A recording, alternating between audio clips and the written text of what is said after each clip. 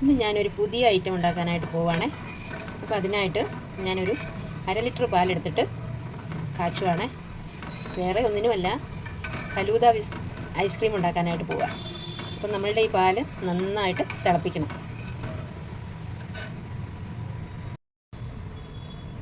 അപ്പം ഞാൻ ഫലൂദ ഇതാണ് മേടിച്ചിരിക്കുന്നത്. ഇതിനകത്തിൽ എല്ലാ ഡ്രൈ ഫ്രൂട്ട്സും ഉണ്ട്. അപ്പം ഇതാണ് ഞാൻ ആ പാലിനകത്തിലേക്ക് ഇടാനായിട്ട് പോകുന്നത് കേട്ടോ.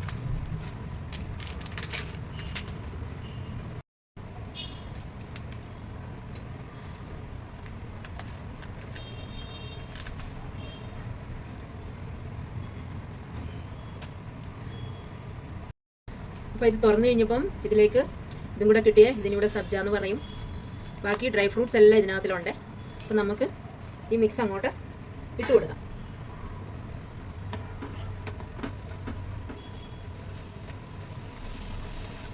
ഇതിനകത്ത് പിന്നെ നമുക്ക് പഞ്ചസാരയൊന്നും ഇടേണ്ട ആവശ്യമില്ല. ഇതൊരു കുറുകൽ പരുവാകുമ്പോൾ നമുക്കത് ഗ്യാസ് ഓഫ് ചെയ്യാമേ. വലിയ പണിയൊന്നുമില്ല. കളർ നോക്കിയേ.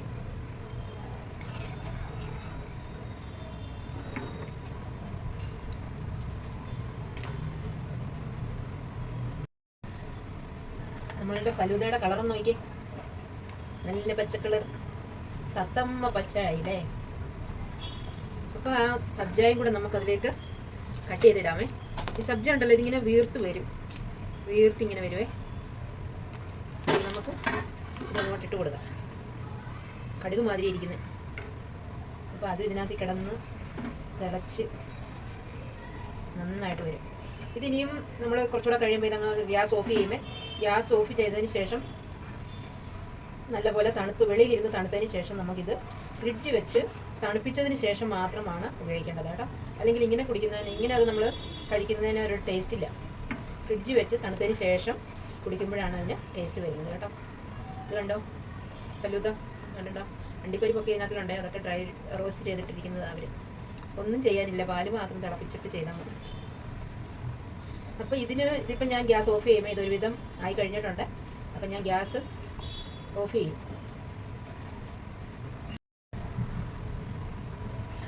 ഞാൻ ഗ്യാസ് ഓഫ് ചെയ്തു കേട്ടോ.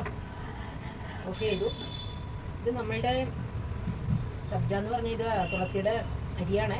അത് നമ്മുടെ ശരീരത്തിനൊക്കെ നല്ല തണുപ്പാണെന്നാണ് പറയുന്നത്. അപ്പം ഇതിനി ഇവിടെ ഇരുന്ന് തണുക്കട്ടെ.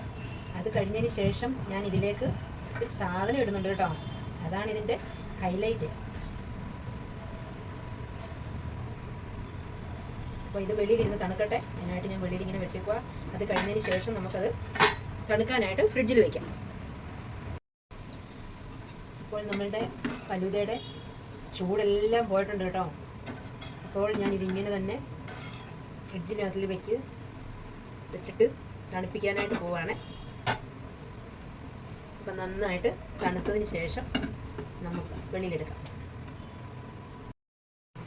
അപ്പം ഫ്രണ്ട്സ്, നമ്മളുടെ ഫലൂദ ഇവിടെ ഇങ്ങനെ തണുത്ത് ഉണ്ട്. ഞാനപ്പം നമ്മളുടെ ഗ്ലാസ്സിലേക്ക് അത് ഒഴിച്ചു കൊടുക്കുവാണ്.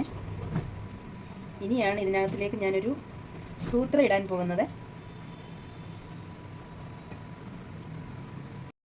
അപ്പോൾ ഞാനിതിലേക്ക് നമ്മുടെ മാംഗോ ഐസ്ക്രീം ഇടാനായിട്ട് പോവാണ്. അപ്പോൾ അത് കൂട്ടി നമുക്ക് കഴിക്കാവേ. നല്ല അടിപൊളി ടേസ്റ്റാണ്. നിങ്ങളിങ്ങനെയൊന്ന് ട്രൈ ചെയ്യണേ.